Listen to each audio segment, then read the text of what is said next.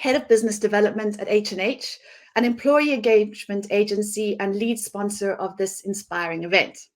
He has 20 plus years, hi Duncan, helping creative agencies develop stellar client relationship and has gained, as he says, great but also eye-opening insight into many well-known brands like Mars, Seiko and Alpro. Today, he's going to be sharing some of the juicy findings from a piece of global research conducted by H&H to find out what employees actually think about culture right now. Over to you, Duncan.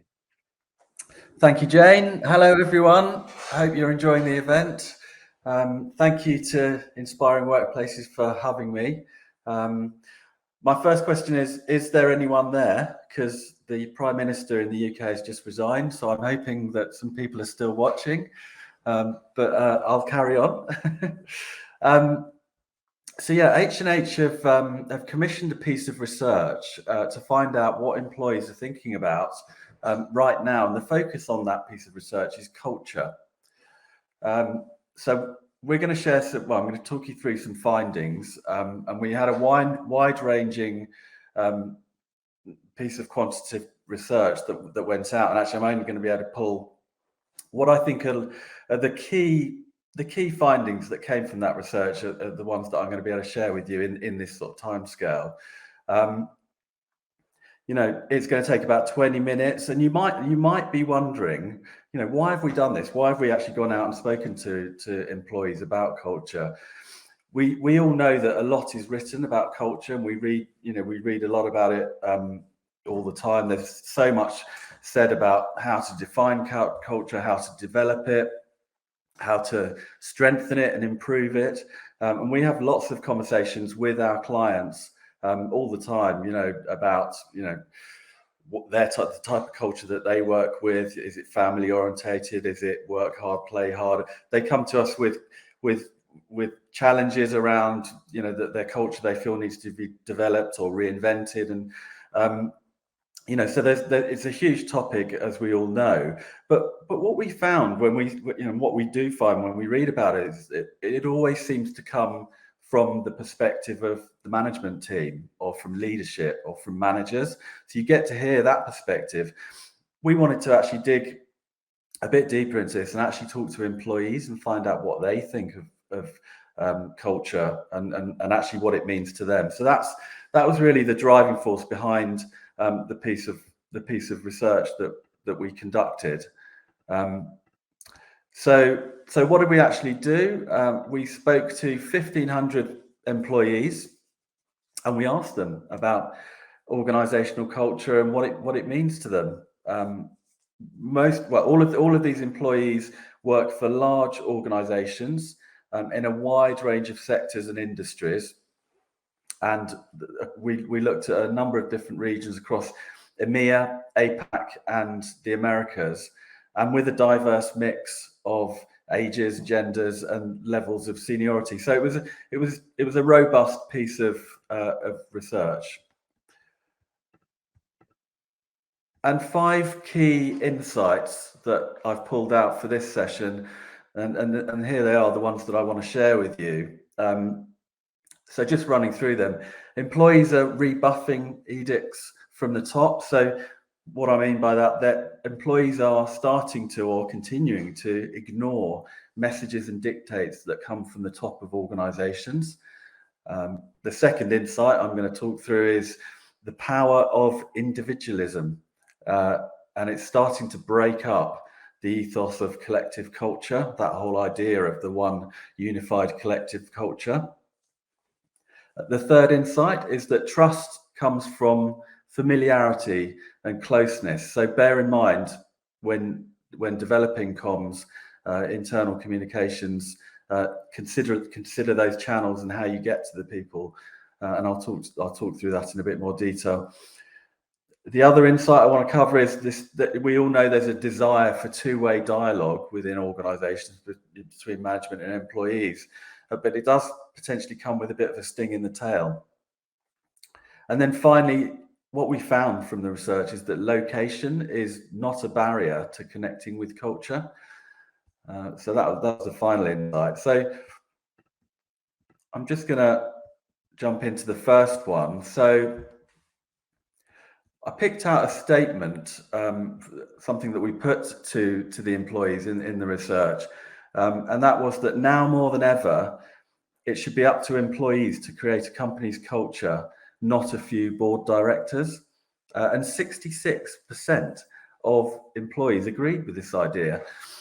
In another question, the majority of the employees that we spoke to agreed with a statement that said an organizational culture can't be inclusive if it's designed by just a few. So this whole idea, this traditional top-down approach, is coming under question. And employees are starting to believe that actually this could be and is more in their control in terms of developing and nurturing culture. So the idea that there's a figurehead or a board that maybe some of them don't ever get to meet that defines culture, and then it filters down into the organization, this is really coming under question in terms of what we found. And the employees are really just saying, that's not how it works for us. So an interesting kind of dynamic, interesting response there. We feel that sort of challenges the status quo. And looking at the data, we looked at it in a bit more detail, and we saw that this sentiment was significantly higher within the construction and heavy industries at 71%. So if you work in that industry, then maybe this is something that you're aware of. And it was fairly consistent across all other data sets.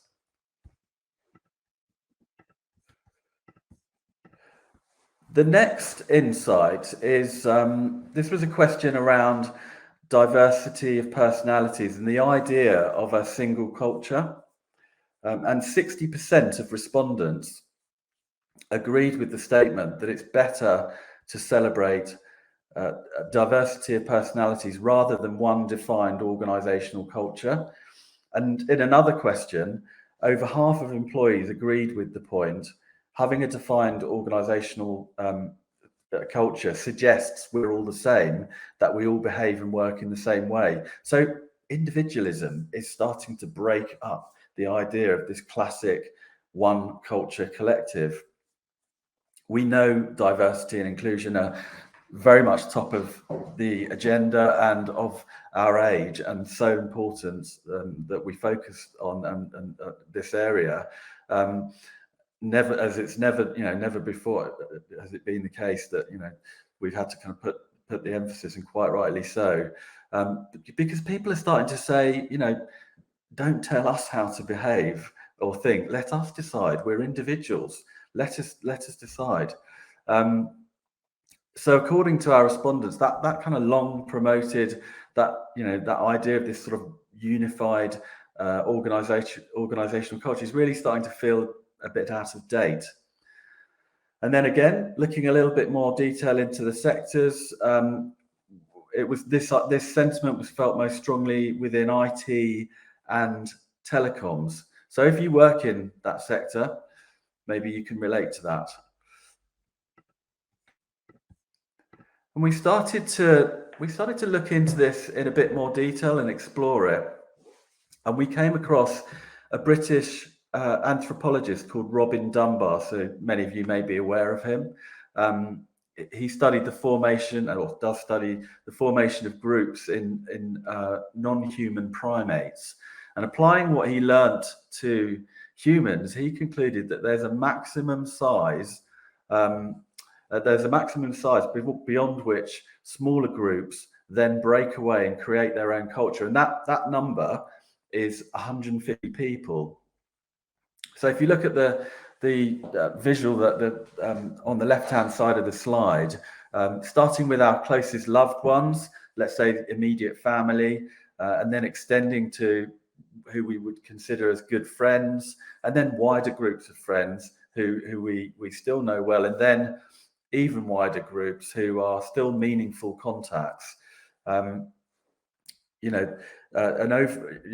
Dunbar suggests that each individual has this sort of total of 150 contacts. And at that point, he says that you start to see different groups breaking off and emerging. So I think as a species we seek community. Well, and Robin supports this, but he says, there's a limit to how big a community can be. So I think this what Robin's saying here, it really does support the idea that actually this, in a big, large organization, this kind of emphasis on one culture for the whole organization is actually difficult.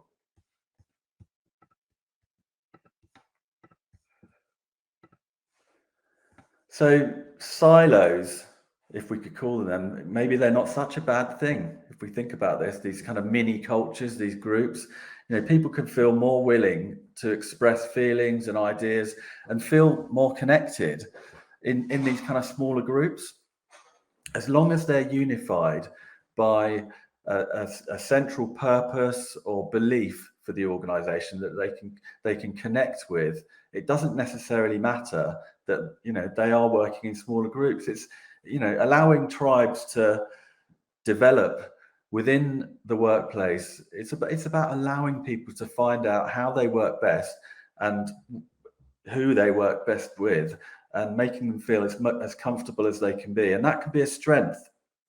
It doesn't have to be a weakness. So this kind of word silo, which is, I think, generally understood to be a negative word in the organizational sense, maybe we need to think of a different word, because perhaps it isn't such a bad thing.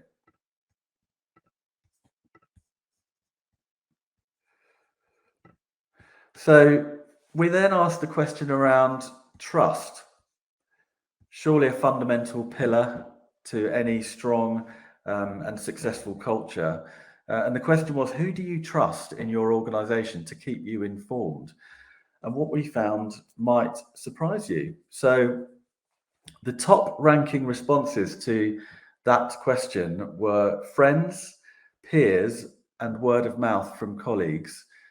And actually the bottom ranking responses to that question were the intranet, the communications team, and town halls. So, many of us may be guilty of putting too much emphasis on some of those more corporate channels. And the fact is, people trust and believe people they know, and that they work with closely and that they're close to. So not always a message from, maybe a message from someone on the internet, from a person they don't know in an organizational channel is actually going to really deliver that trust. So, that for us suggests that, comms champions, team leaders, peer groups, people that are in close sphere to individual employees are the ones that are really going to have the most clout when it comes to influencing culture. And then this next insight was around what people might describe as personal channels. So in response to the question, I use Facebook and WhatsApp for social reasons. I don't want to use them for work. 61% of people agreed. So there's a real focus for many organizations, of course, for building that two-way dialogue and really that closeness between employees, leadership, management. But I've experienced it in the past, and I think there is a potential tendency to jump onto some of these kind of more personal channels like Facebook and WhatsApp, because they're seen as a comfortable place for dialogue. But actually, they may not be a comfortable place for dialogue for the employees, and that's what we're hearing. What we found is a large number of employees are actually skeptical about using certain channels in the workplace, so they might not want to be contacted on them. And half of the employees that we spoke to, over half of them, agreed with this other statement, which is that employee surveys are never really anonymous. They can trace who said what, so you have to be careful. So there's definitely some reservations about using certain channels and for different reasons. This idea that you might be being watched, or you might be judged on the answers that you're given, or simply that actually that's not your place to talk to me in those channels, because that's my area, that's my territory, that's where I talk to my friends. So I think this is obviously this is interesting, this finding from looking at channel mixes and developing that sort of trust that underpins culture and culture itself.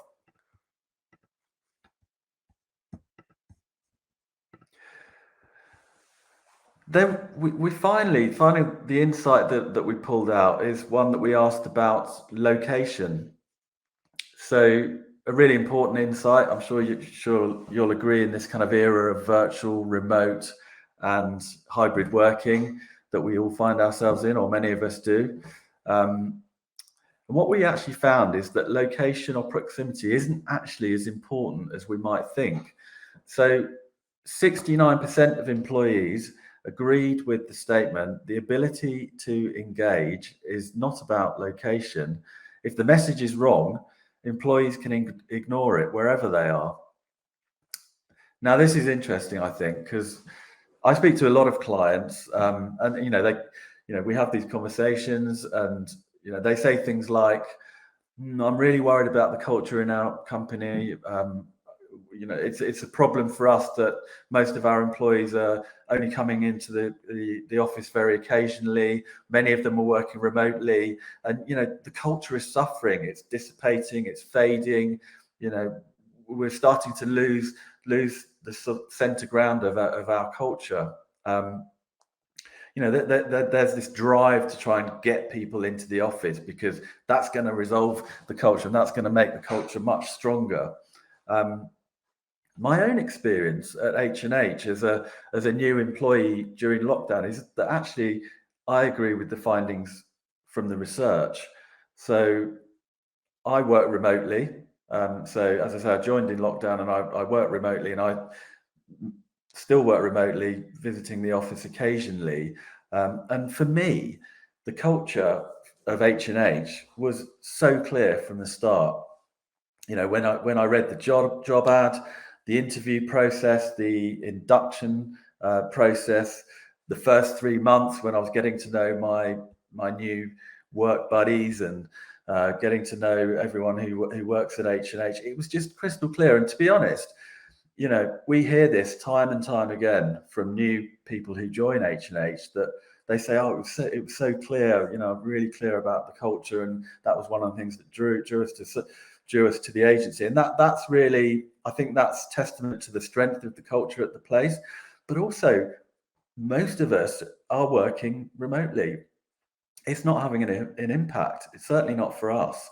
So interesting finding. But I think talking to some clients that, as I say, many of them may be feeling, I'm not sure if I agree. But yeah, the research tells us a different story. We looked a little bit closer at the data, and we saw, interestingly, that in the FMCG sector, they agreed most strongly with this point at 90% agreement. So if you work in the FMCG sector, then you may be experiencing this sentiment in your organization. So there you have it. Short, punchy 5 key insights. These are what I think are the most salient points that came from the research. I hope you found it interesting. And if you'd like to find out more about the research or anything else that we can help with, I'd love to be of assistance. So just get in touch. Thank you. Thanks so much, Duncan. Culture is just such a fascinating living and breathing thing, isn't it? It just kind of ebbs and flows constantly. It's never static. But I'm just going to burn that one. If the message is wrong, employees can ignore it wherever they are. That one's going to stick with me because that's very, very true. Thank you so much. That's fantastic.